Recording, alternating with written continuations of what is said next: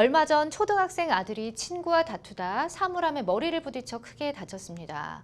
그런데 이게 쉬는 시간이 아닌 수업 시작 직후 2, 3분 안에 일어난 일이라는 겁니다. 선생님이 조금 늦게 교실로 올라왔나 보더라고요. 아이는 이번 일로 머리를 수십 반을 꿰맸는데 선생님만 죄송하다는 연락이 왔을 뿐 학교 측에서는 어떤 연락도 없었습니다.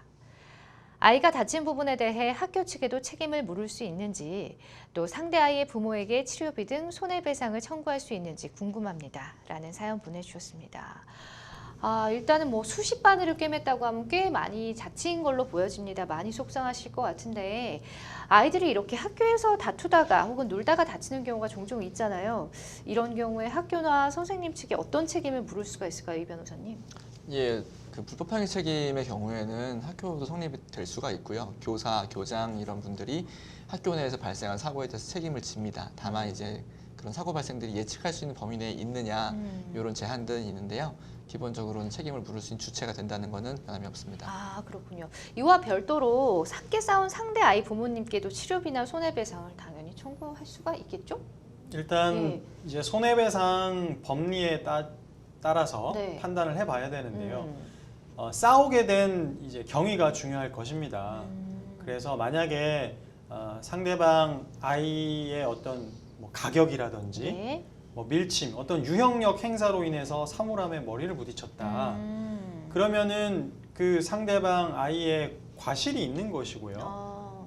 이제 고의든 과실이든 어쨌든 상대방 아이의 어떤 책임이 있을 것이고. 네네. 그런데 문제는 초등학생이란 말이에요. 예. 초등학생인데 경우에 따라서 나이가 초등학교 저학년일 수 있잖아요. 아주 어린 저학년의 경우에는 책임 능력이 없다고 합니다. 법리상. 그러니까 손해배상 책임을 질 능력이 없다 해서 아이를 상대로 직접 손해배상 책임을 물을 수는 없고요. 예. 그 경우에는 그 아이의 감독자, 법적으로 친권자에 해당하는 부모의 경우가 보통 친권자니까요. 그 부모를 상대로 손해배상 청구를 할 수 있는 것입니다. 네. 그래서 부모에게 손해배상 청구, 즉 치료비라든지 아니면 정신적 위자료라든지 이런 청구가 가능하고, 또 아이가 경우에 따라서는 미성년자긴 하지만 더 나이가 많을 수도 있잖아요. 예. 그 경우에는 책임 능력이 있다고 해서 그 아이를 상대로도 또 민사상 손해배상 청구를 할 수 있고, 감독자인 부모를 상대로 또도 할 수 있고, 네. 그러니까 모두를 상대로 또 청구를 할 수 있다. 이런 경우도 있습니다. 그래서 구체적인 사안에 따라서 경우를 나눠서 생각을 해봐야 돼요. 같은 초등학생이라도 그 나이에 따라 학년에 따라 달라질 수가 책임 있다는 능력이가 거죠. 형사 미성년자는 아예 법에 네. 그냥 만 14세 미만 이렇게 못을 받고 있는데, 민사상 책임 능력은 판례가 사안에 구체적인 사안에 따라서 이제 판단을 하고 있지만 네. 보통 그냥 일반적으로 초등학교 한 2학년 정도 되는 정도라면 책임 능력은 없다고 보고 있어요. 알겠습니다. 우리나라 나이로 네. 치면은 한 10살, 그다음에 11살 이 정도보다 더 어리다 하면은 책임 능력이 없다고 보죠. 근데 어쨌든 그 감독자인 친권자에 해당하는 부모를 상대로는 손해배상 청구를 할 수 있다는 점에는 변함이 없습니다. 알겠습니다. 이렇게 아이들이 다툰 것 이외에도 학교에서 여러 가지 사고가 발생할 수가 있죠. 점심시간이나 수업 중에 아이가 다치거나 어떠한 사고가 발생했을 경우에는 학교 측에도 책임이 있을까요? 이 변호사님? 예, 당연히 있다라고 말씀을 드릴 수 있을 것 같아요. 네. 당연히라는 표현 조심해서 써야 되겠지만 네. 점심시간에 대한 판례가 있어요. 점심시간이나 쉬는 시간은 수업을 정리 준비하거나 이를 위해서 휴식을 취하는 시간으로서 네. 교육활동과 질적, 시간적으로 밀접 불가분의 관계에 있다.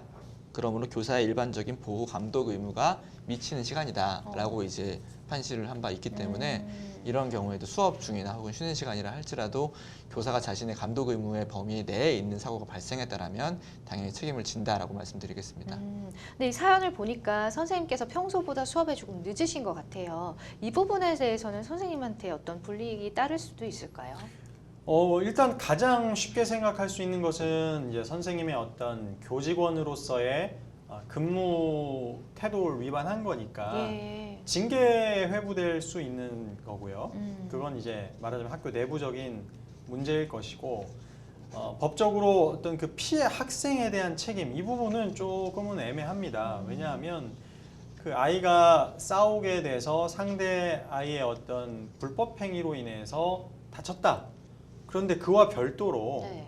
선생님의 지각 때문에 다쳤다 이렇게 단정하기는 또 어렵거든요. 그쵸. 인과관계가. 네네. 법적인 인과관계를 따져볼 때는 이 선생님의 지각이 그 아이의 피해, 사물함에 머리를 부딪혀서 이렇게 상해를 입었다는 그 결과와 인과관계를 연결시키기 조금은 어려운 것 같아요. 네. 그래서 그 부분은 좀 애매하지만 음. 어쨌든 그 학교 교직원으로서 지켜야 될 의무를 위반한 점이라든지 또 어떤 교사의 일반적인 학생들에 대한 담임 교사라면 그 학생들을 보호 감독할 의무가 일반적인 의무가 있거든요. 네네. 이 변호사님 아까 그렇죠. 얘기하셨듯이 그래서 그 의무를 위반해서 책임을 지는 거는 별도로 하고서라도 그냥 지각만으로 어떤 불법행위 책임을 진다 이렇게 말씀드리긴 좀 어려울 것 같습니다. 정말 잘 정리를 해주신 것 같아요. 네. 교사로서의 감독의 의무는 있지만 있죠. 이 부분에 대해서는 불이익을 당할 수가 있겠지만 이제 사고가 난 아이가 다친 거에 대해서는 그러니까 이제 지각으로 책임을 지각으로 진다 인해서 이렇게 책임을 법적인 지는. 판단하기엔 조금 무리가 있습니다.